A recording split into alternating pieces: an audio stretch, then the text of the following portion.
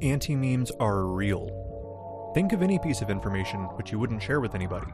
Passwords, taboos, or dirty secrets. But anomalous anti-memes are another matter entirely. How do you contain something you can't record or remember? How do you fight a war against an enemy with perfect camouflage when you never know you're at war? Welcome to the Anti-Memetics Division. This is not your first day.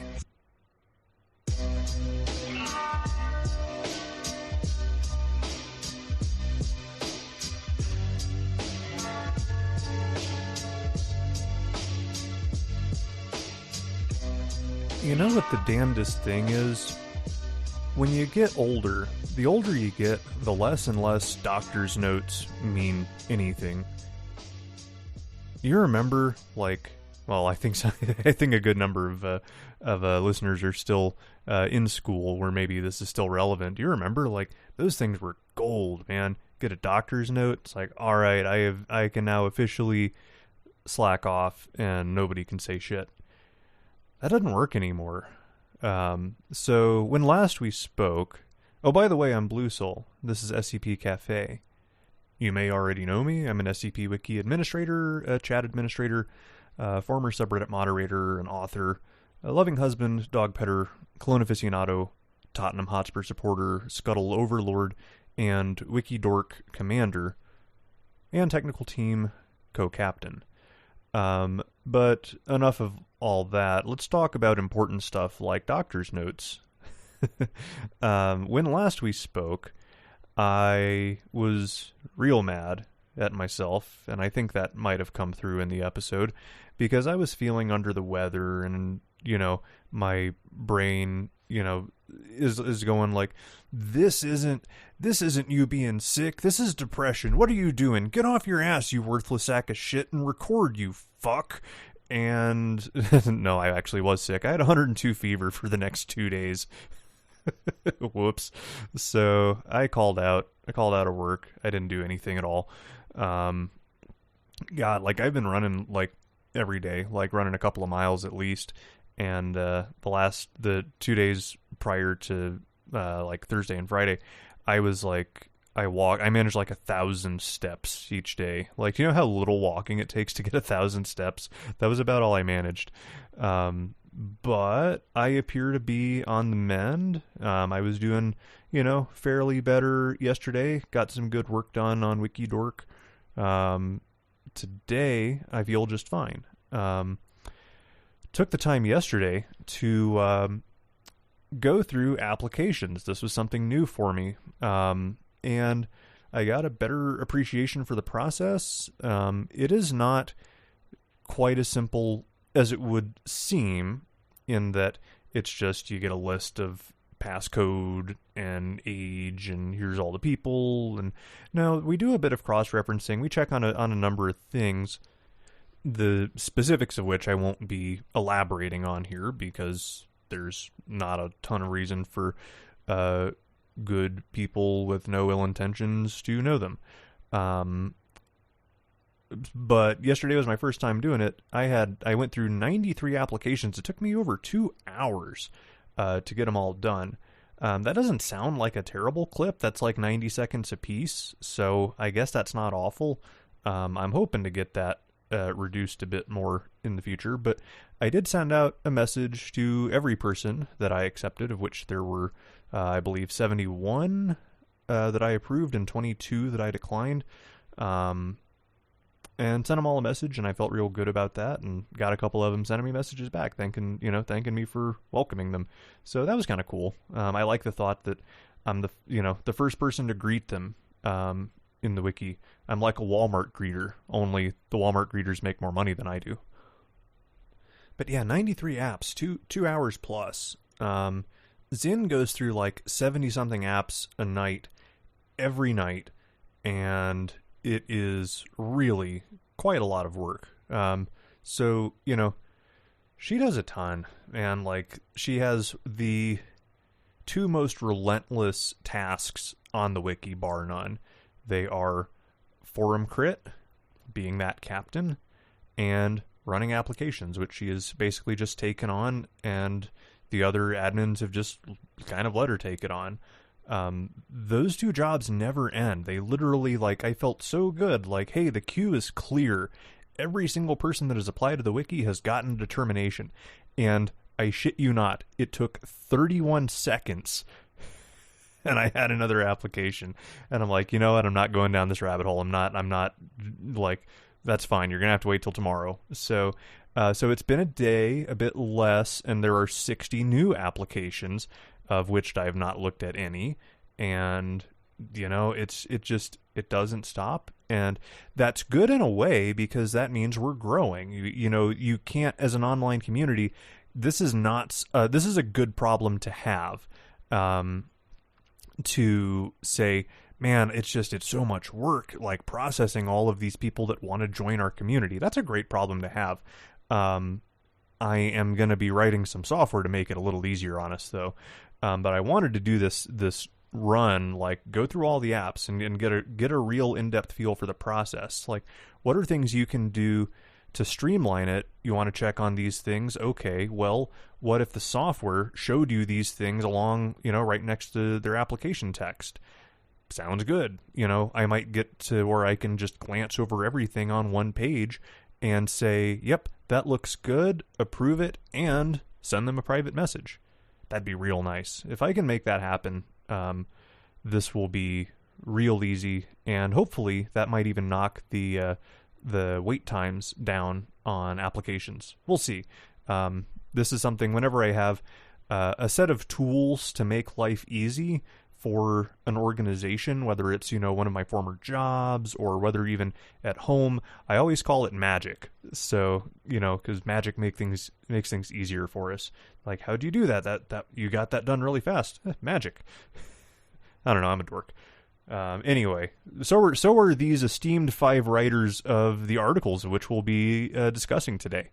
We had 3 SCPs and 2 tales.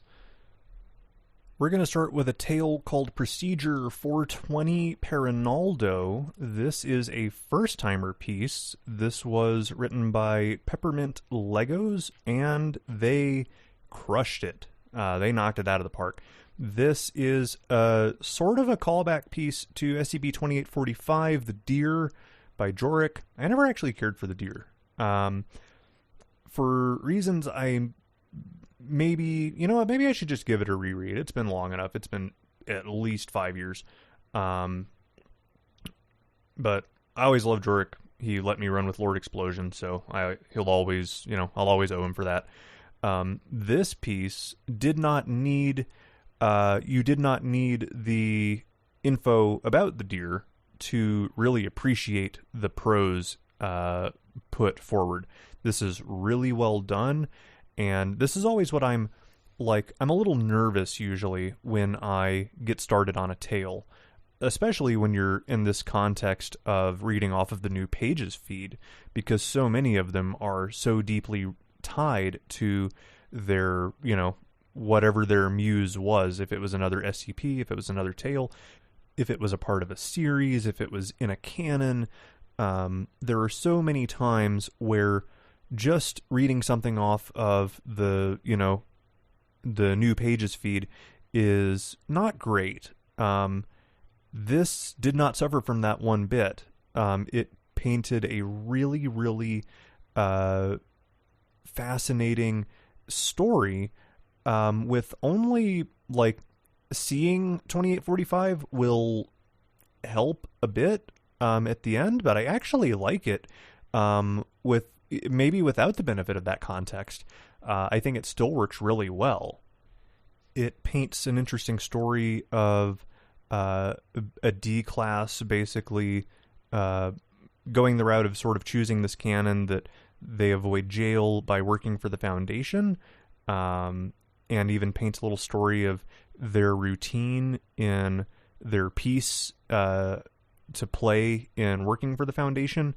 And it's done in a way that flows very naturally. I really appreciate the way that it flows from his past to the lead up to this event, and then this place setting where we start talking about this procedure and the verbiage here tells me a couple of things. This person is obviously speaking from a position of experience. The dialogue with regards to music is very natural. I never played the flute.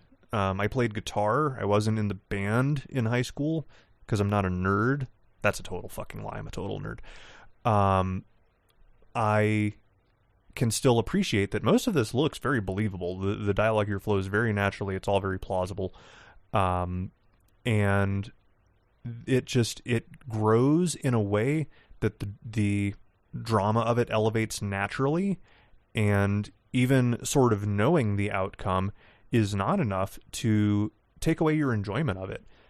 This is really well done. I really want to see more from this author. This is still on revision 0, which is one of those, I don't put a ton into it, but it is really cool to see a piece still on revision 0 and just polished. It looks great.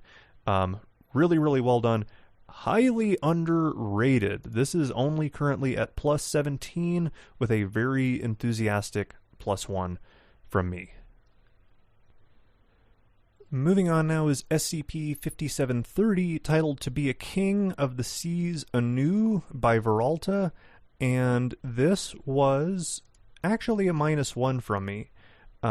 This piece, I feel like, is trying to do a few too many things. It has a bunch of disparate things. We've got our instance on our -1. We've got our our capture report. We've got an image embedded there that feels out of place, and I don't know. It doesn't tell us enough of a story in itself. We have reports about the -1. We've got transcriptions. We've got 3 or 4 of them. We've got an update down the road. It just altogether, there's a lot in it. I don't understand the story it's attempting to tell. I'm not sure if I hate to say I'm not sure if there is one, but that is like what I get after all of it. It's like, well, those were certainly a sequence of events, but I don't understand why you're telling me this. That's basically what I walked away feeling. And it's, I wasn't the only person feeling this way. The comments had a few things along those lines, encouraging the writer to simplify this piece. When you're writing something for the wiki and you've got it sort of in your head, you've got a couple of different threads you want to bring into the story, and you find yourself towards the back half of it, let's say the last quarter of it, and you're like, oh, but how do I close out this piece? Or how do I, bring this all together? How do I bring this piece back? Because I forgot and I kind of left it on the back burner through most of this. Consider whether those, lend enough weight to the article to include them at all. Because if they don't, and the article stands just fine without it, it will be better for excluding it in that way. You'll have a more solid, compact article, and you have a little less to prove at that point, because length works against you in this format. Tell the story you want to tell, and a particularly skilled person can weave a lot of those threads in a very little space and do that really well. I don't think I possess that ability with any real certainty. I try to tell very simple stories. Like, there's 2 things going on usually. That's about the very most I'm willing to run with at any given time. If I have something where it makes sense that I can open and close a loop within a story and then start something new, I might do that. But I don't want the reader trying to keep too many things in their head at once. I might, put in a couple of little details here and there that enhance it if you catch it, but they're not really new threads. They're just, little reinforcements of what I'd laid out. For this one, I don't understand why the Pepsi Corporation is in possession of an anomalous fleet of submarines. And to be clear, that's a thing that really happened. for a while, Pepsi had the sixth largest submarine military on the planet because of a trade deal with the Soviets. But we didn't, like, we have that, but then we attach these anomalies that could have really been attached anywhere, and I don't think the story that we told did enough with the Pepsi side of it to really have its inclusion improve the piece. I don't think it did enough there. So, in addition, there are some points where this kind of struggles with tone. Altogether, not enough in it for me to leave it at a 0. I did give this a -1. Moving on now, SCP-5256, titled Perspective by Hexic. This is currently at +24 with a highly begrudging +1 on my part, and let me explain. Altogether, the article tells an interesting story. When you piece together what the thing is telling you, it's horrifying. It's really well done. And it is fully spoiled in the comments if you choose to read them. The gripe I had was with a single footnote, and it's the sort of thing that, yes, you can torpedo an otherwise good piece with one side note that works very much against you. The footnote in this case had to do with this involves a bedroom in a one-story home, and the bedroom has a window, and there's a footnote regarding the window that says, and I'll quote it verbatim, "For reasons currently unknown, the previously stated window had metal bars installed on its exterior when it was first discovered. These modifications have since been removed." We, in universe, still feel like we don't know everything about this anomaly. What are we doing disassembling bars off of windows? Metal bars are usually meant to secure things, perhaps contain them. When we say we don't know why it was there and we removed it anyway, I have a really, really hard time buying that. And I'm the only one that's called it out so far, and I'm kind of surprised by that, so maybe this is just me. But I did mention this in the comments. Like, okay. I understand what it was trying to do. I understand why this footnote is there, and the footnote can be left there. All you have to do is remove that sentence. These modifications have since been removed because it goes very much against our MO. What are we worried about? Resale value? Like the property value's taking a shit because we got metal bars on this window? We don't give a damn.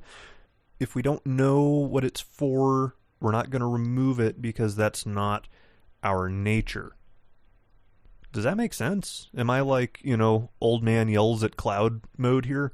I don't know, but it really bugged me.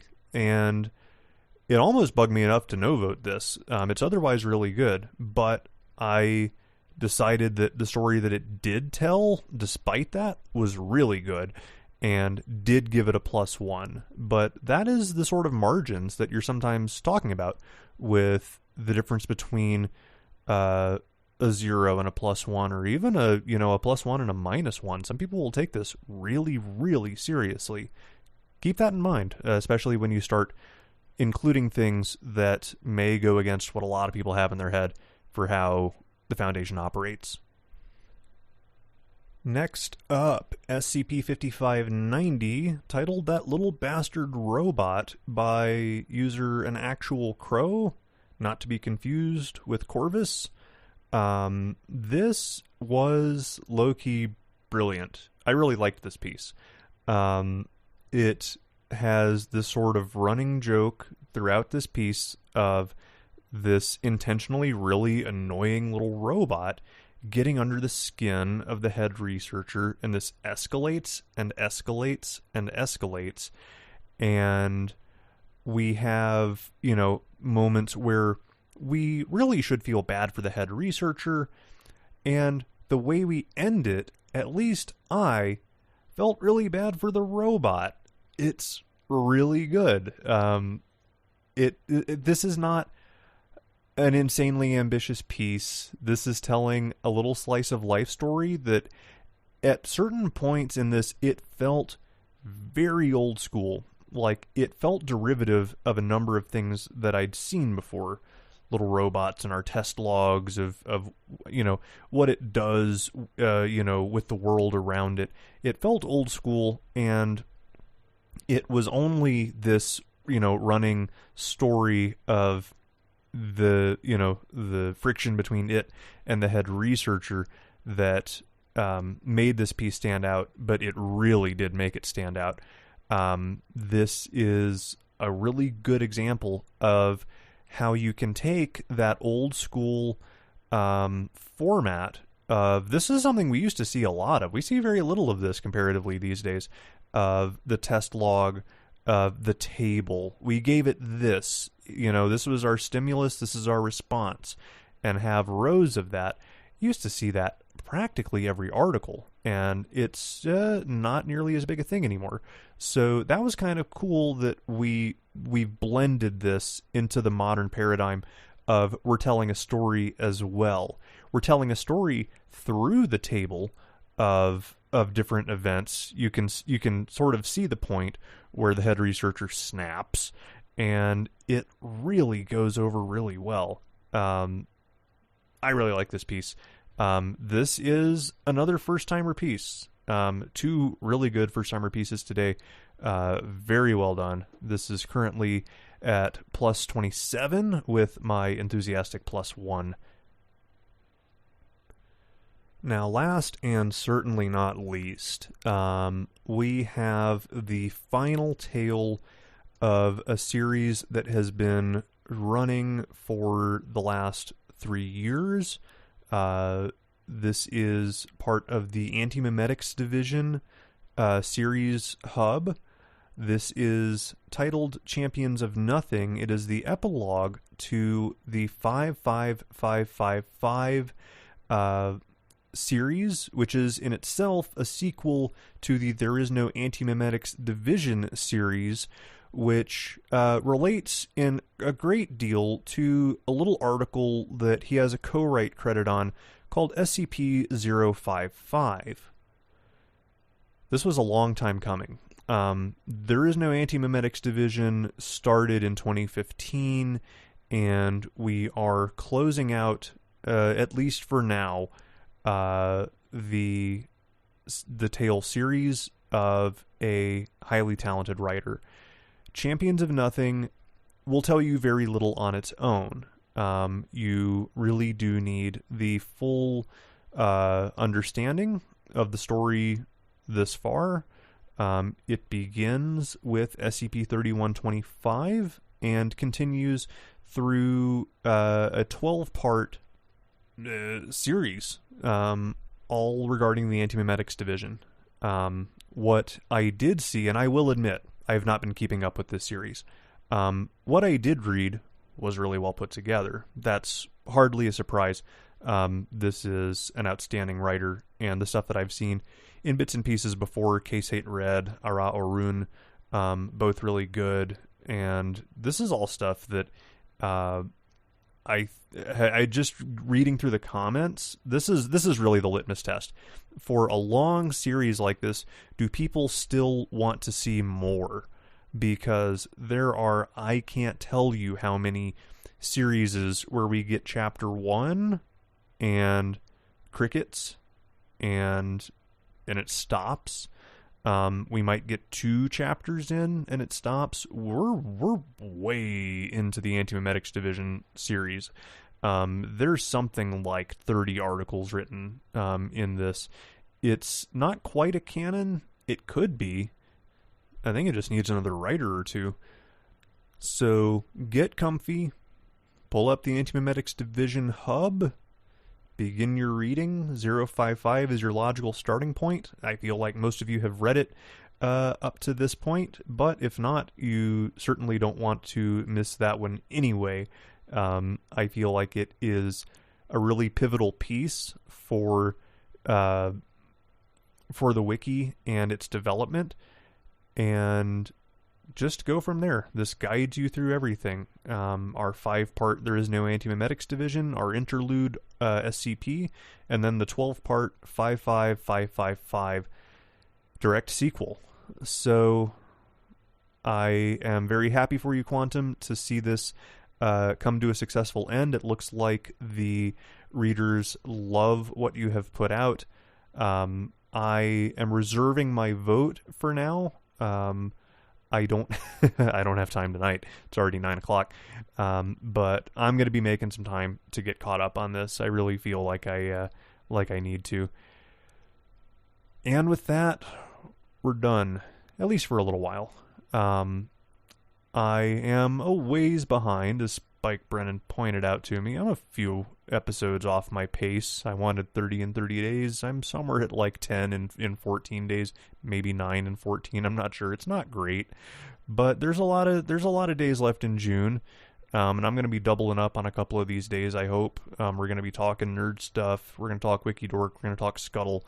And we're going to talk SCPs, of course. So stay tuned. I'll be in touch. Until then, keep reading, keep writing, and goodbye, fellow kids.